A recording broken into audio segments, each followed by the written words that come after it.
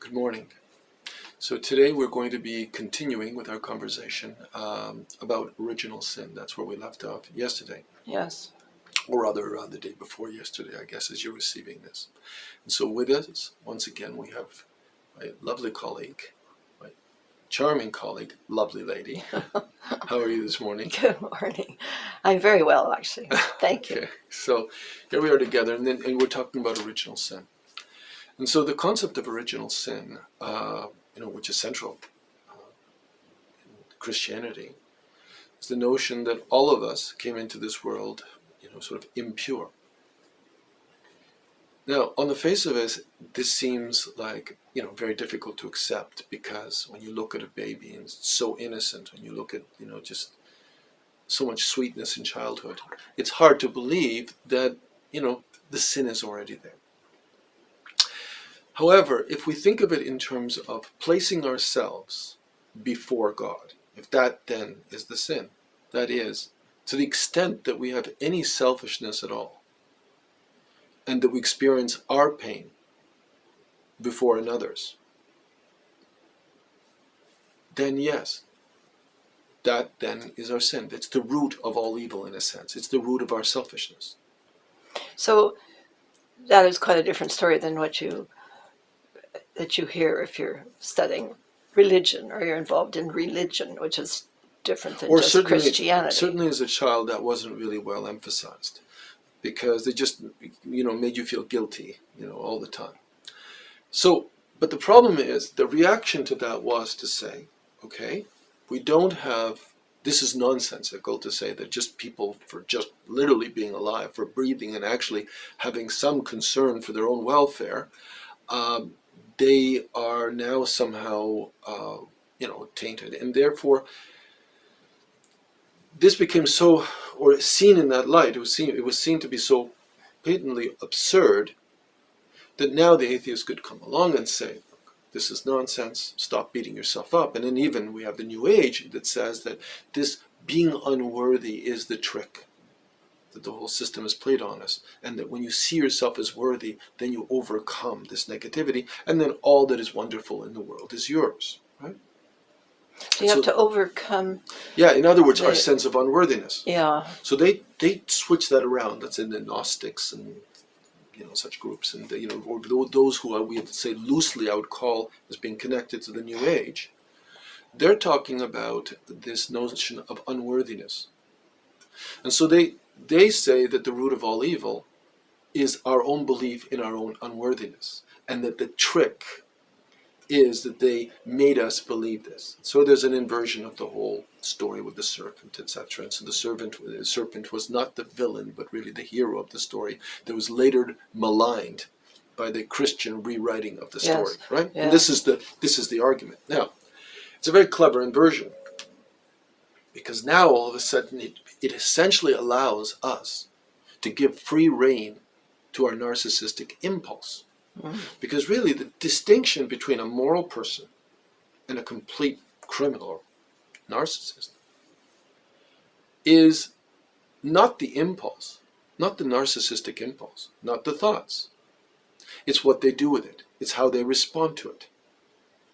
And so this moral impulse, okay, if we take a look at what I would call esoteric Christianity, is seen as emanating from Christ, or emanating from God through Christ.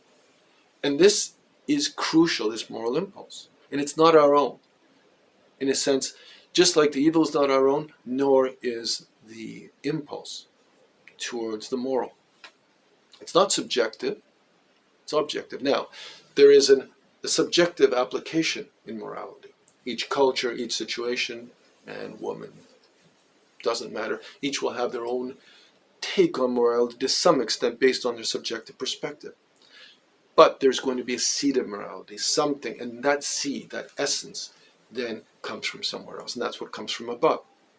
And the problem that we have is that once we take that away, because if we accept original sin and that we therefore need some kind of saving, then we open ourselves up and accept the need for the moral impulse. But if we essentially say, oh, we don't need saving, we just need to essentially stop deluding ourselves into believing that we need saving, well then in the same time we have cut ourselves off from the moral impulse, and this is the real sort of devious trick in atheism. Atheism. Yes, because it stops us asking for help from above.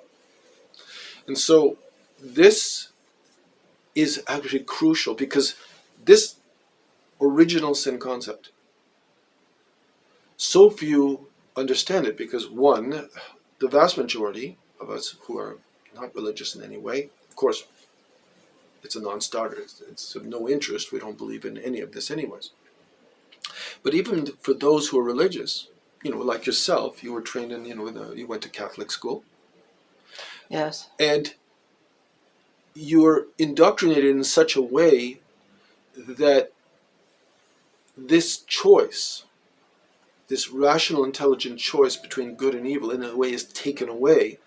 And you're reduced to a position where you're not so much choosing as you're terrified of the punishment. And that's what is inclining you towards the good, which is not a good basis towards the, which is not a legitimate basis to choose the good. To choose the good. So you're saying you're not really making a choice. You're just doing something out of fear. Exactly, which and is I don't not want real to pay choice. The consequences. Precisely, you're doing it exactly.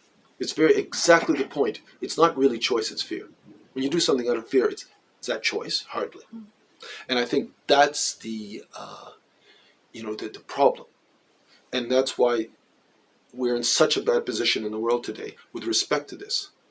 Because I think that if a person doesn't have this concept, in some shape or form, there might be different versions of it in Hinduism or Buddhism, but if they don't have some kind of acceptance of this evil impulse, and acceptance of the need to reach elsewhere for the strength or insight to gain the means with which we can combat this even within ourselves, then we really are